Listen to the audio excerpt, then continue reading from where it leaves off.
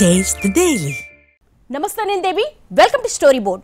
Parliament లో మాటల తుఫాను చెలరేగింది. అధికార ప్రతిపక్షాలు హోరాహోరీగా తలపడితే ఎలా ఉంటుందో తొలి రోజుల్లోనే తేలిపోయింది. రాష్ట్రపతి ప్రసంగానికి ధన్యవాద తీర్మానంపై జరిగిన చర్చలో ఎవరికి వారే తగ్గేదేలే అన్నట్టుగా తలపడ్డారు. ప్రతిపక్ష నేతగా తొలి ప్రసంగంలోనే రాహుల్ ఘాటైన విమర్శలు ఎక్కుపెట్టారు. అటు ప్రధాని మోడీ కూడా విమర్శలకు ధీటుగా కౌంటర్ ఇచ్చారు. ప్రతిపక్ష నేతగా రాహుల్ తొలి ప్రసంగంలోనే తీవ్రమైన ఎదురుదాడి చేశారు. ఎన్డీఏ సర్కారుపై విరుచుకుపడ్డారు. హిందుత్వ, నీట్, మణిపూర్, అగ్నివీర్ అంశాలు ప్రస్తావించారు. భయపడద్దు, భయపెట్టద్దు అంటూ పాలకపక్షానికి సందేశమిచ్చారు. 18వ లోక్సభలో తొలి రోజుల్లోనే రాజకీయ దుమారం లేచిందే. పార్లమెంట్ సాక్షిగా మాటల తుపాను చెలరేగింది. ప్రతిపక్ష నేతగా తొలి ప్రసంగం చేసిన రాహుల్ సూటిగా విమర్శలు చేస్తూ చెలరేగిపోయారు. బీజేపీ నేతలు అసలు హిందువులే కాదని విమర్శిస్తూ హిందూ మత సారమేంటో చెప్పే ప్రయత్నం చేశారు. అధికార పక్షం అభ్యంతరం చెప్పినా తన మాటలు హిందువులందరినీ ఉద్దేశించినవి కాదని, బీజేపీ ఆర్ఎస్ఎస్కే వర్తిస్తాయని స్పష్టం చేశారు రాహుల్. और जो लोग अपने आप को हिंदू कहते हैं वो 24 घंटा हिंसा हिंसा हिंसा, नफरत नफरत नफरत, असत्य सत्य असत्य.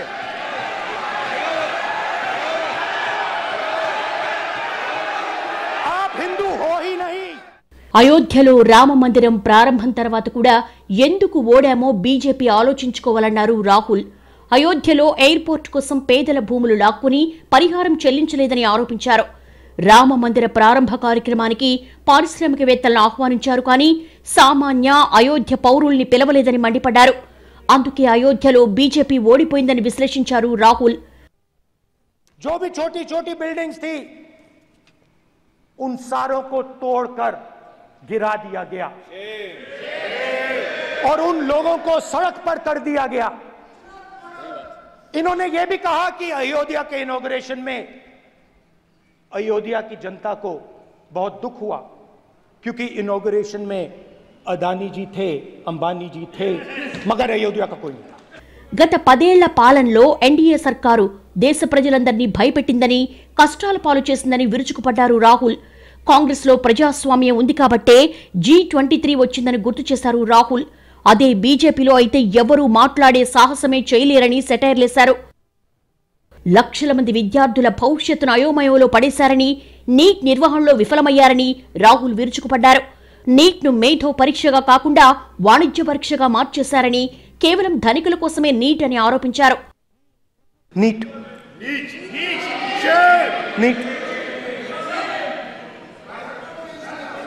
प्रोफेशनल एग्जाम्स को आपने कमर्शियल एग्जाम्स में बदल दिया है. NEET is not a professional exam, NEET is a commercial exam. हजारों करोड़ रुपए बन रहे हैं और कमर्शियल पेपर जो आपने बना रखे हैं, कमर्शियल एग्जाम्स, 7 साल में 70 बार पेपर लीक. అగ్నివీర్ పథకం పైన మండిపడ్డారు రాహుల్. అగ్నివీర్లు జవాన్లు కాదు, వాడుకుని వదిలేసే లేబర్ అని విమర్శించారు. అగ్నివీర్లకు అమరవీరుల హోదా దక్కదని, పెన్షన్ కూడా రాదని ఆరోపించారు. అయితే రాహుల్ ఆరోపణల్ని రక్షణ మంత్రి రాజ్నాథ్ సింగ్ తిప్పికొట్టారు. अग्निवीर को जवान नहीं कहा जा सकता. अग्निवीर यूज एंड थ्रो मजदूर है और आप उससे कहते हो, उसको आप 6 महीने की ट्रेनिंग देते हो कि एक को पेंशन मिलेगी, एक को शहीद का दर्जा मिलेगा, दूसरे को नहीं मिलेगा, और फिर अपने आप को देशभक्त कहते हो. ये कैसे देशभक्त हैं? మణిపూర్లో అంతర్యుద్ధానికి తెరలేపి చోద్యం చూస్తున్నారని రాహుల్ ఆరోపించారు. మణిపూర్ తగలబడుతున్నా ప్రధాని ఇప్పటివరకు ఒక్కసారి కూడా అక్కడికి వెళ్లలేదని తప్పుపట్టారు. मणिपुर को आपने सिविल वॉर में डुबा दिया है. मणिपुर को आपने और आपकी योजनाओं ने, आपकी पॉलिटिक्स ने जला दिया है और आज तक हिंदुस्तान के प्रधानमंत्री मणिपुर नहीं गए हैं. ऐसा लगता है कि मणिपुर हिंदुस्तान का प्रदेश ही नहीं. సభలో మోడీ తమను శత్రువుల్లా చూస్తున్నారని ఆరోపించారు రాహుల్. తాను సభకొచ్చినప్పుడు రాజ్నాథ్ నవ్వుతూ పలకరించారని, మోడీ మాత్రం సీరియస్ గా చూస్తూ ఉండిపోయారని చెప్పారు. అయితే ప్రతిపక్ష నేతను సీరియస్ గా తీసుకోవాలని తనకు రాజ్యాంగం నేర్పిందని కౌంటర్ ఇచ్చారు మోడీ. आज सुबह में आया, राजनाथ सिंह जी ने मुस्कुरा के मुझे नमस्ते की और मोदी जी बैठे हैं, मुस्कुराहट नहीं, सीरियस, नमस्ते भी नहीं करते, कहीं मोदी जी ना देख लें प्रॉब्लम हो जाएगी। वही कहानी गडकरी जी की है, सच्चाई है। लोकतंत्र ने और संविधान ने मुझे सिखाया है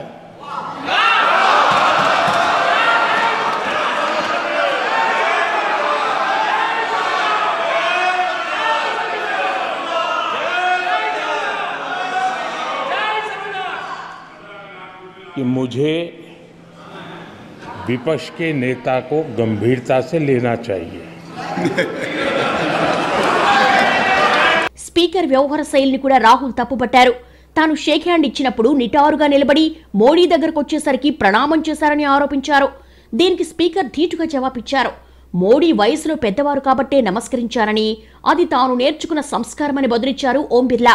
This house represents the voice of India's people, and you, Speaker Sir, are the final arbiter of that voice. Of course, the government has political power, but the opposition also represents the voice of India's people. And this time, the opposition represents significantly more voice of the Indian people than it did last time. I'm confident that you will allow us to represent our voice, allow us to speak, allow us to represent the voice of the people of India. और आपका 5 वर्ष का अनुभव और आपके साथ हम लोगों का 5 साल का अनुभव, हम सबका विश्वास है आप आने वाले 5 साल हम सबका मार्गदर्शन भी करेंगे और देश की आशा अपेक्षाएं पूर्ण करने के लिए ये सदन अपना दायित्व निभाने में आपकी बहुत बड़ी भूमिका रहेगी. రాసి పెట్టుకోండి, గుజరాత్ లోనూ మిమ్మల్ని ఓడిస్తామంటూ బీజేపీకి సవాల్ విసిరారు రాహుల్. आता रहता हूं और आपको गुजरात में हराएंगे इस बार.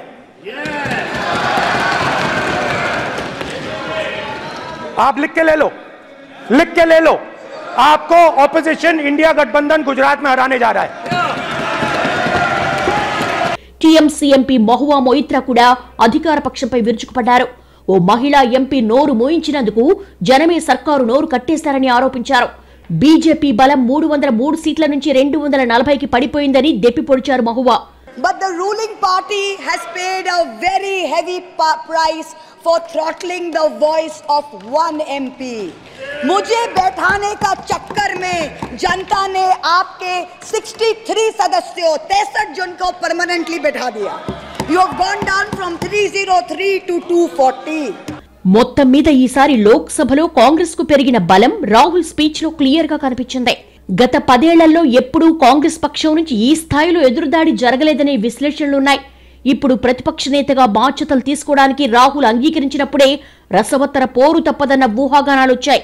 వాటిని నిజం చేస్తూ మొదటి స్పీచ్ లోనే రాహుల్ తనపై అంచనాలు నిలబెట్టుకున్నారన్న చర్చ జరుగుతోంది. రాహుల్ గాంధీ ఈ రోజు ఆయన పరిపక్వత గాని, ఆయన ధాటి గాని, తీరు గాని ఈ రోజు చాలా అద్భుతమైనటువంటి ఉపన్యాసాన్ని ఈ రోజు పార్లమెంట్ లో ఇచ్చారు. ఆ ఉపన్యాసంలో ఆయన ప్రధానంగా అన్ని విషయాల్ని మాట్లాడారు. ప్రతిపక్ష నేతగా రాజ్యాంగబద్ధమైన బాధ్యతల్లో ఉన్నానన్న రాహుల్ ఇక్కడ తాను కాంగ్రెస్ కు మాత్రమే ప్రతినిధిని కాదు, మొత్తం ప్రతిపక్షంలో ఉన్న అన్ని పార్టీలకు ప్రతినిధిని చెప్పారు. ప్రతిపక్షంలో ఉన్నందుకు గర్వపడుతున్నానని చెప్పిన రాహుల్ అధికారం కంటే సత్యమే గొప్పదని చాటి చెప్పారు.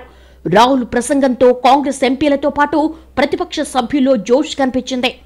రాహుల్ విమర్శలకు ప్రధాని మోడీ ధీటుగా జవాబిచ్చారు. కాంగ్రెస్ నకిలీ సంబరాలతో ప్రజా తీర్పును అవమానపరుస్తోందని మండిపడ్డారు. 99 సీట్లను చూపించి గర్వపడుతోందని సెటైర్లేశారు. 100కు 99 మార్కులు రాలేదు, 543కు 99 వచ్చాయని దెప్పిపొడిచారు మోడీ. విపక్షం విమర్శల దాడితో విరుచుకుపడుతూ ఉండడంతో ప్రధాని మోడీ కూడా అంతే ధీటుగా స్పందించారు. ప్రధాని ప్రసంగించినంతసేపు విపక్షం నినాదాలతో హోరెత్తించినా ఆయన ఎక్కడా తగ్గలేదు. చెప్పదలుచుకున్న విషయాన్ని సూటిగా స్పష్టంగా చెప్పేశారు. మొదట తమ సర్కారు ఘనతల్ని, వికసిత్ భారత్ సంకల్పాన్ని చెప్పుకొచ్చిన మోడీ ఆ తర్వాత కాంగ్రెస్ పై తీవ్ర స్థాయిలో ఎదురుదాడికి దిగారు. కొంతమంది బాధను తాను అర్థం చేసుకోగలని సెటైరేశారు ప్రధాని. भारत को एकजुट होकर समृद्धि का नया सफर तय करना है.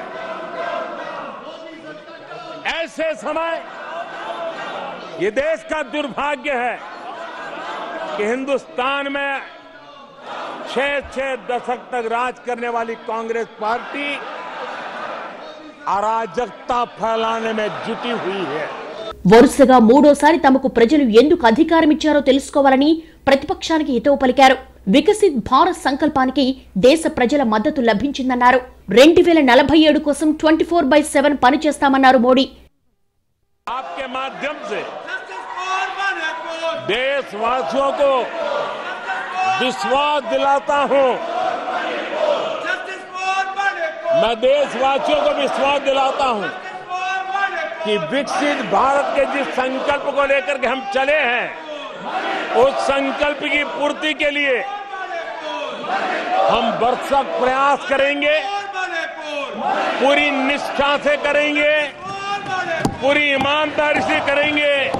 ప్రజలిచ్చిన తీర్పును కాంగ్రెస్ సమీక్షించుకోవాలని సలహా ఇచ్చారు. ప్రజలు ఎన్డీఏకు మూడోసారి అధికారం ఇచ్చారని గుర్తెరగాలని హితవు పలికారు. వరుసగా మూడో ఎన్నికల్లోనూ కాంగ్రెస్ 100 సీట్లు మార్కు దాటలేదని మోడీ సెటైర్లేశారు. इंडी गठबंधन के पक्ष के लोगों को कहना चाहूंगा कि आप आइए मैदान में गुड गवर्नेंस पर स्पर्धा करें. जहां जहां आपकी सरकारें हैं, वो एनडीए की सरकारों के साथ गुड गवर्नेंस पर स्पर्धा करें, डिलीवरी में स्पर्धा करें, लोगों की आकांक्षा पूरी करने पर स्पर्धा करें. देश का भला होगा, आपका भी भला होगा. రాహుల్ తీరు బాలుల్లా ఉందని మోడీ ఎదురుదాడికి దిగారు. కాంగ్రెస్ తనకొచ్చిన 99 సీట్లు చూపించి గర్వపడుతోందని దెప్పిపొడిచారు. కానీ అవి 100కు వచ్చిన 99 మార్కులు కాదు, 543కు వచ్చినవని గుర్తుంచుకోవాలన్నారు. 99 मार्क्स लेकर एक बालक घमंड में घूम रहा था और देश सबको दिखाता था, देखो कितने ज्यादा मार्क्स आए हैं. तो लोग भी जब 99 सुनते थे तो शाबाशी देते थे, बहुत उसको हौसला बुलंद करते थे. 13 రాష్ట్రాల్లో ఖాతా తెరవలేకపోయిన కాంగ్రెస్ నేతలు హీరోల్లా ఫీల్ అవుతున్నారని మోడీ ఆరోపించారు. కాంగ్రెస్ ఓ పరాన్న జీవిలా తయారైందని మండిపడ్డారు. మిత్రపక్షాల బలంతో మెజార్టీ సీట్లు గెలిచిన కాంగ్రెస్ అదేదో సొంత బలంలా భ్రమపడుతోందని మోడీ సెటైర్లేశారు. अब कांग्रेस पार्टी 2024 से एक परजीवी कांग्रेस पार्टी के रूप से जानी जाएगी. 2024 से जो कांग्रेस है वो परजीवी कांग्रेस है. तीसरी बार तो हारे हैं, पर मौसी ये बात तो सही है, तीसरी बारी तो हारे हैं, पर मौसी मोरल विक्टरी तो है ना. 2014 సంవత్సరంతో దేశంలో మార్పు మొదలైందన్నారు. అంతకుముందు కాంగ్రెస్ హయామంతా స్కాములు, ఉగ్ర దాడులేనని, తామొచ్చాకే దేశాన్ని నిరాశావాదం నుంచి బయటకు తెచ్చామన్నారు. ఎన్డీఏ సర్కారు మూడో విడతలో 3 రెట్ల వేగంతో, 3 రెట్ల ఎక్కువ శక్తితో, 3 రెట్ల ఫలితాలిచ్చేలా పనిచేస్తామని దేశ ప్రజలకు మోడీ హామీ ఇచ్చారు. ఖచ్చితంగా భారత ఆర్థిక వ్యవస్థను 3వ స్థానంలో నిలబెడతామని ధీమా వ్యక్తం చేశారు. हमें फिर एक बार 140 करोड़ देशवासियों की सेवा करने का मौका मिला है. आदरणीय सभापति जी, इस चुनाव ने इस बात को सिद्ध किया है कि भारत की जनता कितनी परिपक्व है. भारत की जनता కేవలం నినాదాలు చేస్తూ సభకు ఆటంకం కలిగించినంత మాత్రాన ఎన్నికల్లో గెలవలేరని మోడీ చెప్పారు. ఇలాంటి వ్యవహార శైలితోనే ప్రతిపక్షాలు ఓటమి పాలయ్యాయని విశ్లేషించారు. ప్రతిపక్షం పద్ధతి మార్చుకోకపోతే అదే స్థానం ఖాయమవుతుందని హెచ్చరించారు మోడీ. मैं आज इकोसिस्टम को बता देना चाहता हूं, उसकी हर साजिश का जवाब अब उसी की भाषा में मिलेगा.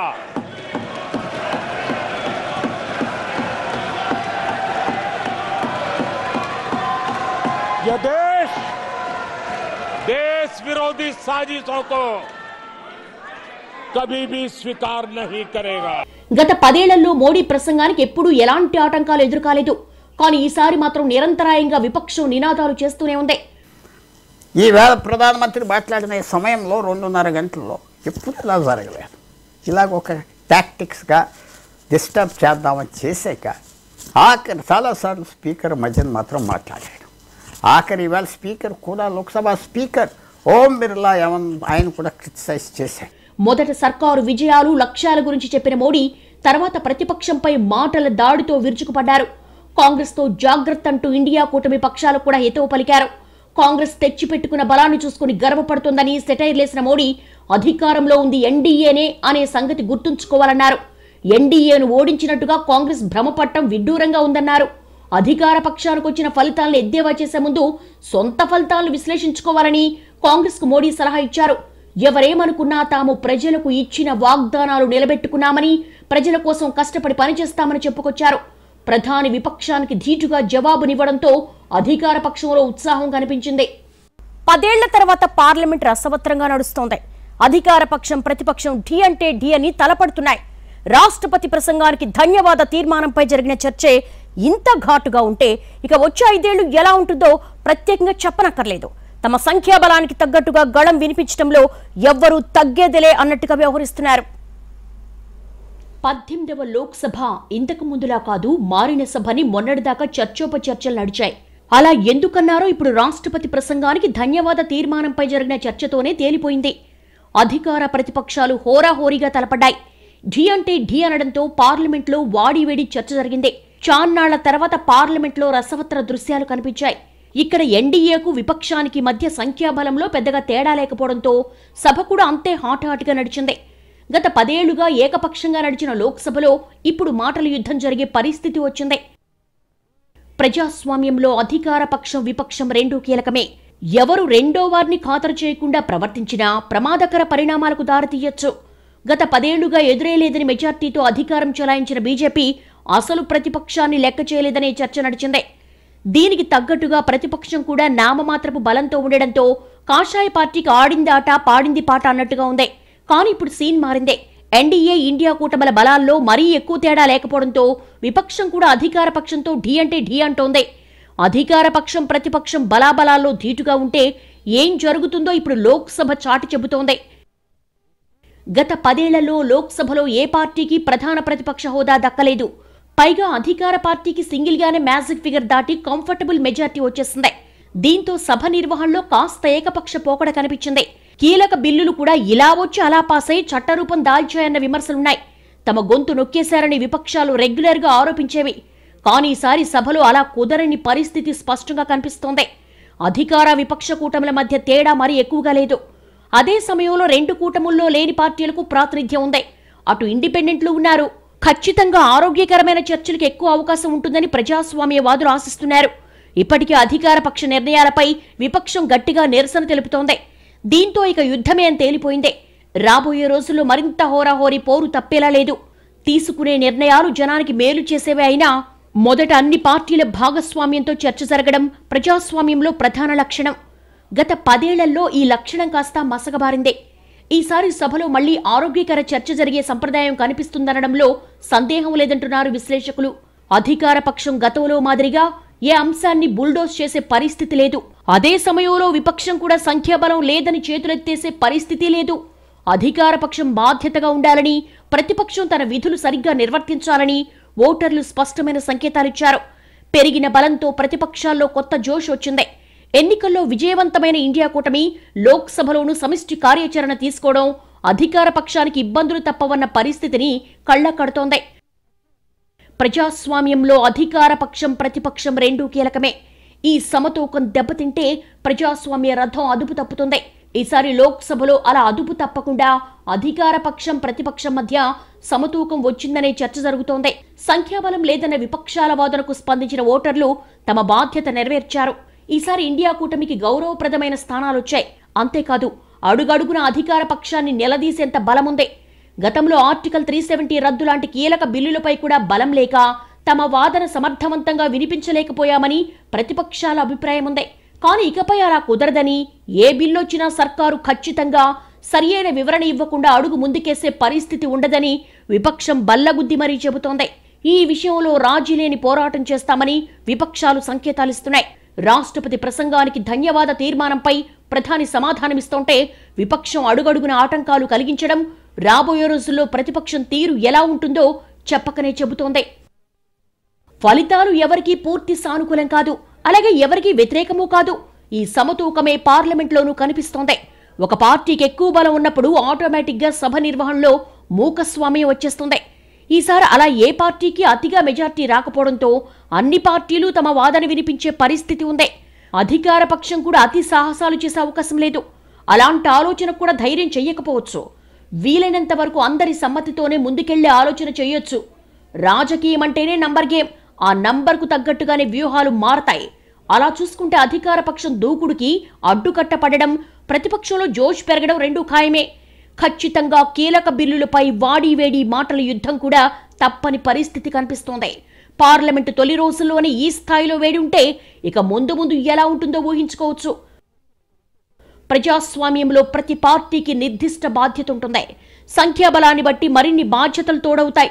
ఇప్పుడు మారిన బలాబలాలతో ప్రతిపక్షం బాధ్యత మరింత పెరిగింది. అందుకు తగ్గట్టుగానే ఇండియా కూటమి నిరసన స్వరం పెంచుతోంది. రాబోయే రోజుల్లో అవసరమైతే అధికార పక్షాన్ని గట్టిగా నిలదీస్తామని చెబుతోంది. బిల్లుల్ని ఏకపక్షంగా ఆమోదించుకోవడం కుదరదని, కనీసం స్టాండింగ్ కమిటీకైనా పంపేలా ఖచ్చితంగా ఒత్తిడి తెస్తామని అంటోంది. ఇప్పటికే ఎన్డీఏ సర్కారు తొలి 100 రోజుల కార్యాచరణ ఫిక్స్ అయిందని చెబుతోంది. మరి ఈ 100 రోజుల్లో ఏ బిల్లులు లోక్సభ ముందుకొస్తాయి? అప్పుడు అధికార ప్రతిపక్షాలు ఎలా వ్యవహరిస్తాయనేది చూడాల్సిందే. విపక్షం అడిగే ప్రశ్నలకు సరైన క్లారిఫికేషన్ రాకపోతే గతంలో మాదిరిగా ప్రతిపక్షం మౌనంగా ఉండే పరిస్థితి అయితే లేదు. పెరిగిన సంఖ్యాబలంతో విపక్షం సభలో యుద్ధ వాతావరణం సృష్టిస్తుంది. ఈ విషయంలో రెండో మాట కూడా తావివ్వకపోవచ్చు. గత 10 ఏళ్లు బలం ఉందన్న కారణంతో అధికార పక్షం వ్యవహరించిన తీరు తాము మర్చిపోలేదంటోంది విపక్షం. రాబోయే 5 ఏళ్లలో అవసరమైతే అధికార పక్షాన్ని అడుగు కూడా ముందుకు కదలనీయకుండా అడ్డుకునే కార్యాచరణ తీసుకుంటామని చెబుతోంది. ఇప్పటికే మోడీ ప్రసంగాన్ని అడ్డుకొని తామేం చేయగలమో ప్రతిపక్షం నిరూపించింది. సర్కారు మెజార్టీతో నడుస్తుంది, కానీ దేశం ఏకాభిప్రాయంతో నడవాలని చెప్పిన మాటలు మోడీ నిలబెట్టుకోవాలని విపక్షం గుర్తు చేస్తోంది. ఏమాత్రం తేడా వచ్చినా నిరసనలకు వెనకాడబోమని హెచ్చరిస్తోంది. సంఖ్యాబలం ఇచ్చాక కూడా అధికార పక్షాన్ని నిలదీయకపోతే ప్రజలు కూడా తమను క్షమించబోరని చెప్తోంది. అధికార పక్షం ఏమనుకున్నా దానికి లోక్సభ ఆమోదముద్ర వెయ్యాలంటే ఆ పప్పులు ఉడకవంటోంది ప్రతిపక్షం. అధికార పక్షం ఏం ప్రతిపాదించినా ఖచ్చితంగా విపక్షాన్ని ఒప్పించాల్సి ఉంటుందని గుర్తు చేస్తోంది. ప్రతి బిల్లు పైన ఓటింగ్ జరిగే ప్రక్రియను ఆహ్వానించడం కూడా సర్కారుకు మంచిది కాదని విపక్షాలు గుర్తు చేస్తున్నాయి. వీలైనంత వరకు విపక్షంతో సమన్వయం చేసుకుని సామరస్యంగా సభను నడపాల్సిన అనివార్యత ఏర్పడిందని చెబుతున్నాయి. కాదంటే మాత్రం ఖచ్చితంగా పార్లమెంట్లో యుద్ధానికి తాము సిద్ధమంటున్నాయి ప్రతిపక్షాలు. ఇకపై ఏ విషయంలోనూ అధికార పక్షానికి పోటీ ఇవ్వకుండా ఉండే ప్రసక్తే లేదని, చివరి వరకు ఫైట్ చేస్తామని చెబుతున్నాయి. గత 10 ఏళ్లుగా లోక్సభలో బిల్లు రావడమే ఆలస్యం, ఆమోదమే తరువాయి అన్న పరిస్థితి ఉండేది. విపక్షాలు నామకే వస్తే మాట్లాడటమే కానీ గట్టిగా ఏ బిల్లును అడ్డుకునే అవకాశం వాటికి రాలేదు. కానీ ఈసారి పరిస్థితులు మారాయి. పెరిగిన బలంతో ప్రతిపక్ష శిబిరానికి జోష్ వచ్చింది. అదును చూసి సర్కారును దెబ్బకొట్టే అవకాశం కూడా ఉంటుందని సంబరపడుతోంది. ఎక్కడైనా అధికార పక్షం ఏకపక్ష వైఖరి తీసుకుంటే ఖచ్చితంగా అడుగడుగున అడ్డుకుంటామనే సంకేతాలు పంపేశాయి విపక్షాలు. రాష్ట్రపతి ప్రసంగానికి ధన్యవాద తీర్మానంపై జరిగిన చర్చతోనే పోరు మొదలైపోయింది. రాబోయే 5 ఏళ్లు అధికార పక్షం విపక్షం మధ్య రసవత్తర పోటీ ఉండే సభను చూడటం ఖాయమే. గత 10 ఏళ్ల ఏకపక్ష వైఖరికి కాలం చెల్లినట్లే. ఇది వాళ్ళ స్టోరీ బోర్డ్. నమస్తే.